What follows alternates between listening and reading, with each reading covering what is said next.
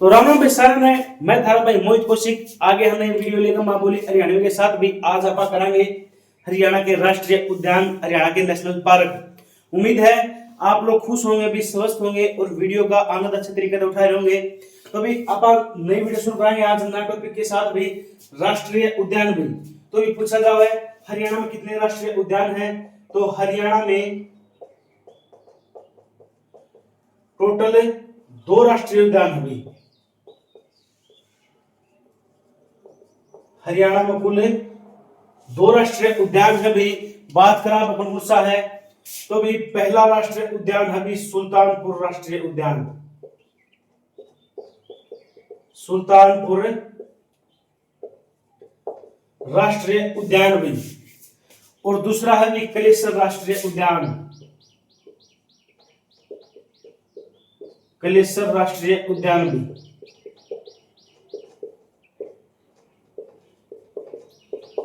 कलेसर राष्ट्रीय उद्यान, ये 2 राष्ट्रीय उद्यान, 2 नेशनल पार्क हैं हरियाणा में।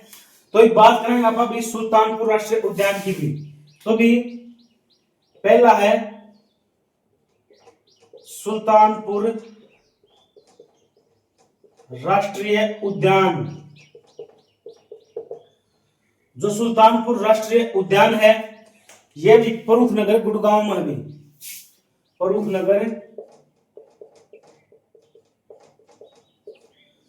गुरुग्राम में है भी। और भी इसकी जो स्थापना है 1971 में भी डॉक्टर सलीम अली ने की थी भी। जो इसकी स्थापना है, स्थापना भी 1971 में डॉक्टर सलीम अली ने की थी भी। डॉक्टर सलीम अली ने 1971 में इसकी स्थापना करी थी भी। और डॉक्टर सलीम अली को भी बर्डमैन ऑफ इंडिया कहा जाता है। बर्डमैन ऑफ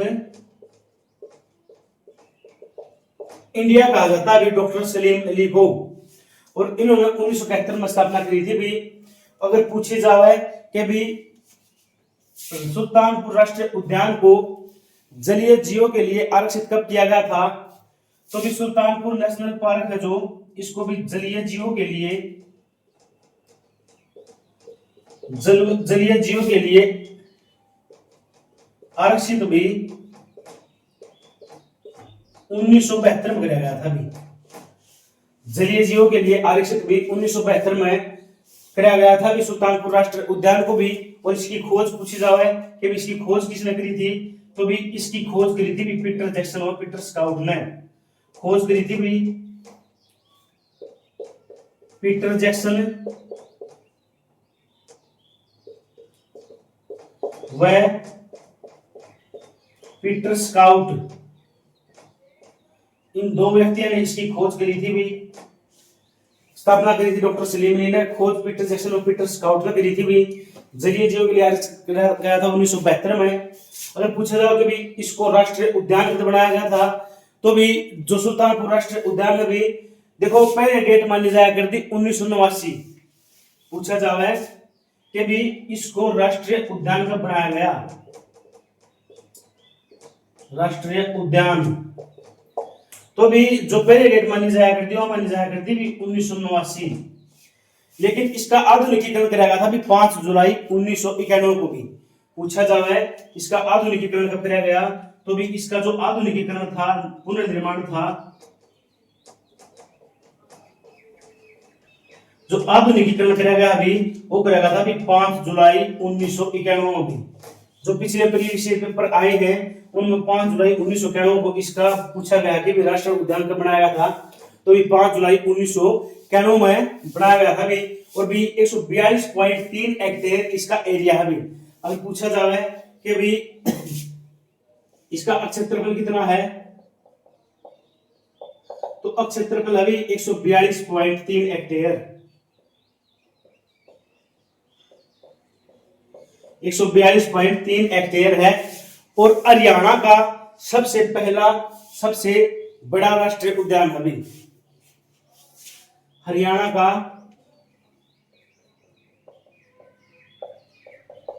सबसे पहला वह सबसे बड़ा राष्ट्रीय उद्यान है सुल्तानपुर नेशनल पार्क। जो सुल्तानपुर राष्ट्रीय उद्यान है भी हरियाणा सबसे पहला है और सबसे बड़ा राष्ट्रीय उद्यान है भी। बात करा कि भाई हरियाणा का पहला इको पार्क कौन सा है, तो भी हरियाणा का पहला इको पार्क कौन सा हो जाएगा, सुल्तानपुर राष्ट्रीय उद्यान। हरियाणा का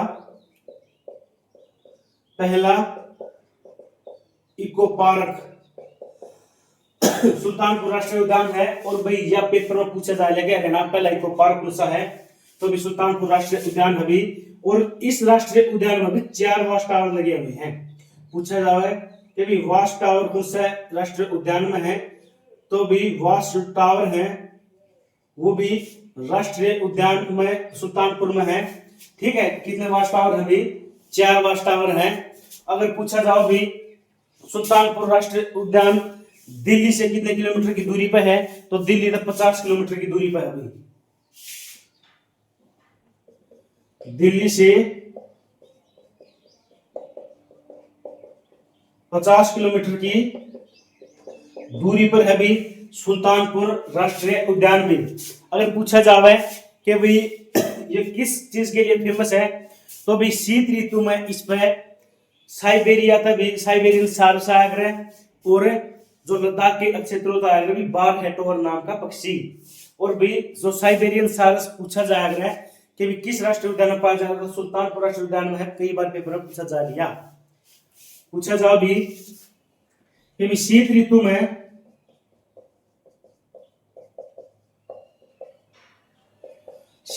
में साइबेरिया व लद्दाख के क्षेत्रों से शीत ऋतु में साइबेरिया व लद्दाख के क्षेत्रों से साइबेरियन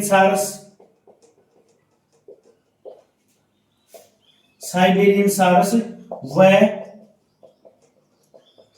बार हेक्टोहर नामक पक्षी आते हैं भी।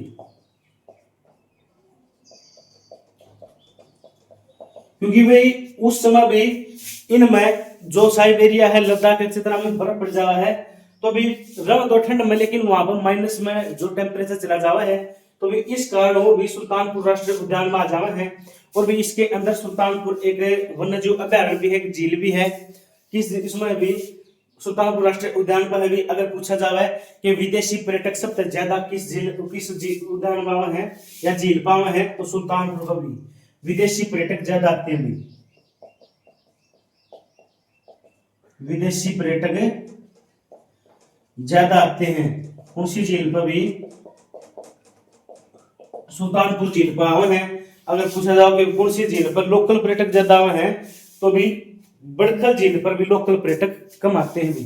मतलब लोकल पर्यटक ज्यादा आते हैं बड़खल झील पर, और विदेशी पर्यटक जो झील पर ज्यादा वहां भी सुल्तानपुर झील पर भी।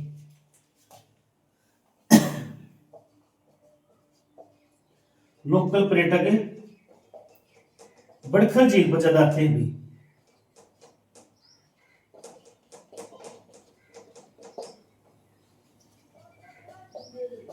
लोकल पर्यटक भी बड़खल झील पर ज्यादा आते हैं। हरियाणा की सबसे गहरी झील है भी बड़खल झील भी। हरियाणा की सबसे गहरी झील है भी बड़खल झील भी। उम्मीद है भी आप लोगों को वीडियो सही समझ में आ रही होगी भी। तो भाई पढ़ते रहो, लिखते रहो, मौज मस्ती करो, यह बात कहनी है भी अपने। ठीक है, तो समय को भी पूरा करो अपनी तरफ, मतलब कि टाइम टेबल बना लो। सैनी साहब ने भी कह दी है कि भी एग्जाम जल्दी होगा, तो मई या जून में एग्जाम होने की भी संभावना है। तो अच्छे तरीके से भाई अपने स्टडी शुरू कर दो। तो भी इव पढ़ाई के ला कोई साझेदारी ना करियो, बस अपने पढ़ दे लिख दो, मौज करो भी। कहीं मान लो भी पेपर लीक होंगे और कुछ एक्स्ट्रा एक्टिविटियां था, आप पेपर जो है क्लियर कर लो, तो भी उनके भरोसे ना चलो भी, खुद पर भरोसा रखो। तो भाई वो क्या है, वो कहते हैं कि हवाओं के भरोसे मत उड़, हवाओं के भरोसे मत उड़, चट्टाने तूफानों का भी रुख मोड़ देती हैं। हवाओं के भरोसे मत उड़े, चट्टानें तूफानों का रुख मोड़ देती हैं, अपने पंखों पर भरोसा रख, हवाओं के भरोसे तो पतंगे उड़ा करती हैं भाई। वाह भाई क्या बात है। तो भाई दूसरी जो अवाम है उनके भरोसे तो भी पतंग उड़ा कर रहे हैं, तो अपने खुद पर भरोसा रखो भी। तो भी आपा यहाँ जो कुछ आपा कर सका भी वो कोई नहीं कर सकता। तो भी अपने अहमियत भी जानो, पहचानो भी और पढ़ो भी मन लगा के। तो भी जो दूसरा राष्ट्रीय उद्यान है अपना, वो भी कलेसर राष्ट्रीय उद्यान भी। जो दूसरा राष्ट्रीय उद्यान है भी कलेसर राष्ट्रीय उद्यान।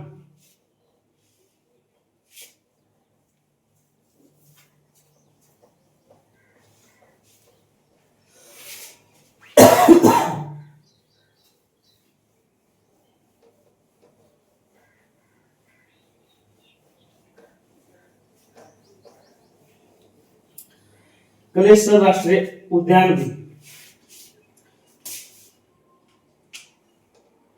बात करें भी दूसरे बनाओ भी कलेसर राष्ट्रीय उद्यान। जो कलेसर राष्ट्रीय उद्यान है भी वो अभी यमुनानगर जिले में।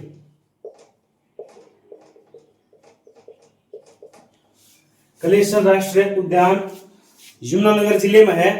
और भी जो जो राष्ट्रीय वन्यजीव अभ्यारण्य बना था कलेसर, तो अभी जो वन्यजीव अभ्यारण्य बना था तो वन्यजीव अभ्यारण्य बना था सन 2000 में। वन्यजीव अभ्यारण्य बना भी 2000 में भी। हरियाणा का वर्तमान का सबसे बड़ा वन्यजीव अभ्यारण्य भी कलेसर वन्यजीव अभ्यारण्य। पहले होता था अबूब शहर भी। हरियाणा में टोटल 8 वन्यजीव अभ्यारण्य है, लेकिन अबूब शहर को भी 2018 में भी सुरक्षित वन्यजीव अभ्यारण्य का दर्जा दे दिया गया था। तो भी अभी तक तो 8 की संख्या मानी गई है, लेकिन अगर देखो भी किस तरीके से माने जाओगे, लेकिन अभी तक 8 मानी गई है। वैसे तो 2018 में जो अबूब शहर सिरसा का है उसको भी सुरक्षित वन्यजीव अभ्यारण्य कर दिया गया था। पहले हरियाणा में भी 2 सुरक्षित वन्यजीव अभ्यारण्य थे, भी अब 3 हो गए हैं जो अबूब शहर में शामिल हो गए हैं। तो भी वन्यजीव अभ्यारण्य बना था भी 2000 में। और भी पूछा जावा है कि राष्ट्रीय उद्यान कब बना, कलेसर राष्ट्रीय उद्यान कब बना भी, तो भी राष्ट्रीय उद्यान बना था भी यो 8 दिसंबर 2003 को भी। 8 दिसंबर 2003 को भी जो राष्ट्रीय उद्यान बना था। और इसका जो क्षेत्रफल है वो अभी 46.82 हेक्टेयर। जो इसका क्षेत्रफल है वो अभी 42.86 हेक्टेयर भी।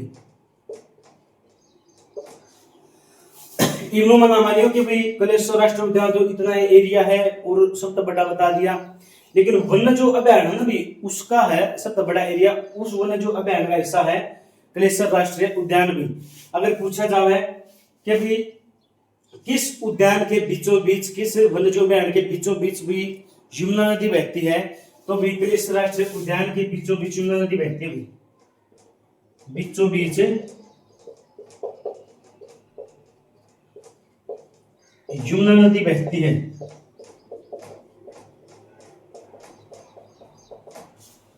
कलेसर राष्ट्रीय उद्यान के बीचों बीच भी यमुना नदी बहती है। और पूछा जाओ भाई इसके अंदर मंदिर कौन सा है, तो भी कालेश्वर महादेव मंदिर कहां पर है, तो भी कलेसर वन्यजीव अभ्यारण्य के अंदर अभी कालेश्वर महादेव मंदिर। तो भी यो की तो जावा कलेसर राष्ट्रीय उद्यान के अंदर है।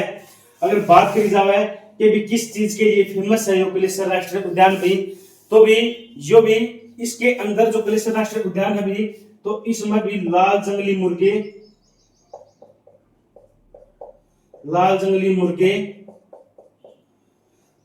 भौंकने वाले हिरण,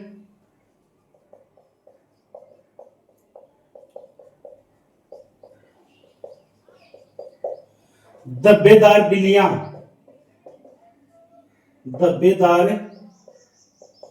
बिल्लियां वह चित्र पाए जाते हैं भी।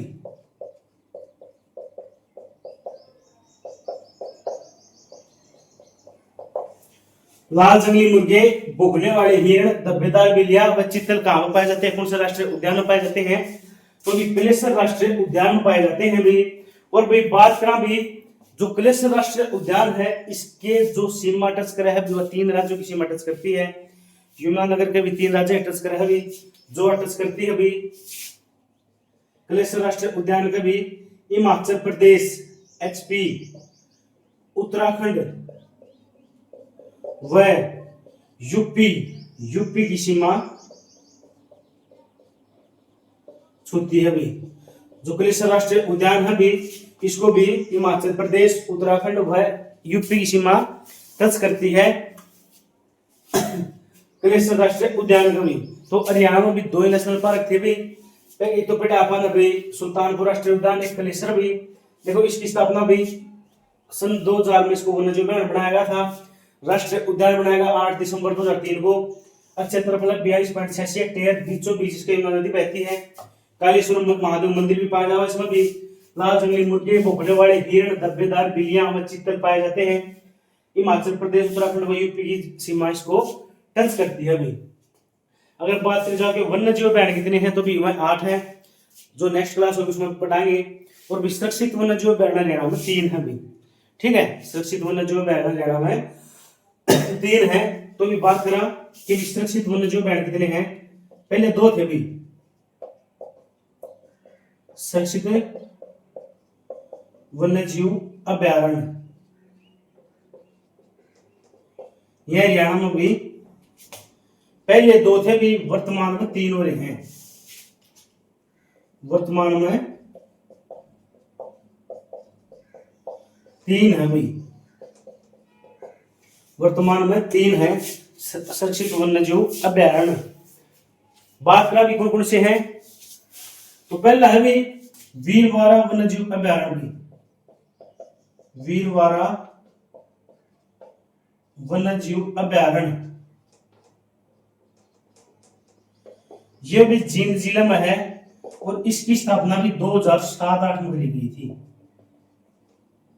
2007-8 में वीरवारा वन्यजीव अभ्यारण्य की स्थापना है जो करी गई थी भी। अगर पूछा जाएगा कि दूसरा कौन सा है तो भी सरस्वती वन्यजीव अभ्यारण्य भी। दूसरा है भी सरस्वती वन्यजीव अभ्यारण्य। जो सरस्वती वन्यजीव अभ्यारण्य भी यो कैथल प्लस कुरुक्षेत्र में है भाई। कैथल प्लस केवल घूमू कुरुक्षेत्र में है, दोनों जगह पे है भाई, मतलब दोनों सीमा पर टच कर है। कैथल प्लस कुरुक्षेत्र सरस्वती वन्यजीव अभ्यारण्य।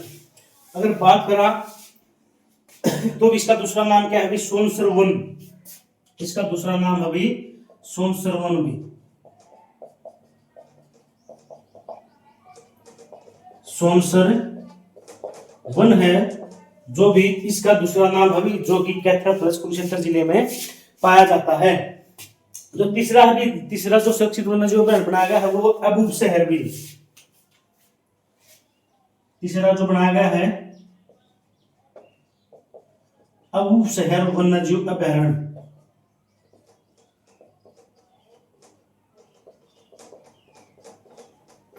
यो भी सिरसा जिले में है।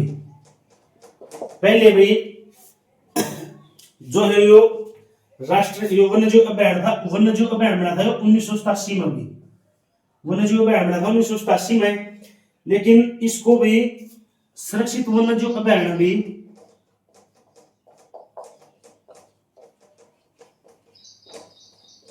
सुरक्षित वन्यजीव अभ्यारण्य 2018 में घोषित किया गया है। तो सुरक्षित वन्यजीव अभ्यारण्य भी वो अबूब शहर को भी 2018 में घोषित किया गया अभी। तो अभी ये थे 3 वन्यजीव सुरक्षित वन्यजीव अभ्यारण्य और 2 राष्ट्रीय उद्यान भी। तो उम्मीद है आप लोगों का भी वीडियो अच्छे तरीके से समझ में आ रही होगी। तो भी वीडियो लाइक किया करो भी, शेयर किया करो, अपने यार दोस्तों तक पहुंचाया करो भी। तो भी आज के लिए भी इतना ही। तो भी मैं तुम्हें कहना चाहूंगा अभी अपनी अभी तक पढ़ाई शुरू नहीं करी तो भी शुरू कर दो। मौका भी मौका लखो ना, क्योंकि मैंने पहले बताया टाइम है ना जो जितना मिलापन उतना ही ठीक है। तो सेल्फ स्टडी बहुत जरूरी है, सेल्फ स्टडी करो भी। 3-4-5 घंटे जो है अपने बनाना लायक जो शेड्यूल है अपन पेपर के पास थोड़ा ज्यादा कर दियो, और वीडियो मतलब कि जो भी टॉपिक करो उन्हें दोहराया जा रहा हो। अगर कुछ भी टॉपिक चल रहा है आपका तो उसमें दोहराया जा रहा हो। तो भी जो प्रैक्टिस है वह 0 तक हीरो तक ले जाओगे आपने। जो भी मन दिन हो गए पढ़ाई छोड़ दे या कुछ होगा तो कुछ नहीं भी, आपने जो 2-4 महीना की मेहनत है बहुत उस पर ले जा सके हैं। ठीक है, तो सीटी तो क्लियर करिए करो भी, अपने वैकेंसी भी आऊंगी। और 3 साल तक अपना अगर 1 साल तक जॉब नहीं मिलती है तो भी सैनी सरकार है जो अपनी वो उन्होंने वादा कराया कि 9,000 रुपये देंगे। तो भी देखो 9,000 फोकस थोड़ा कम करके अपने नौकरी की तरफ ज्यादा फोकस करियो भी। तो भी राम राम सारा मैं था भाई मोहित कौशिक, मिलाएंगे कल नई वीडियो के साथ। तो भी राम राम बसारा में।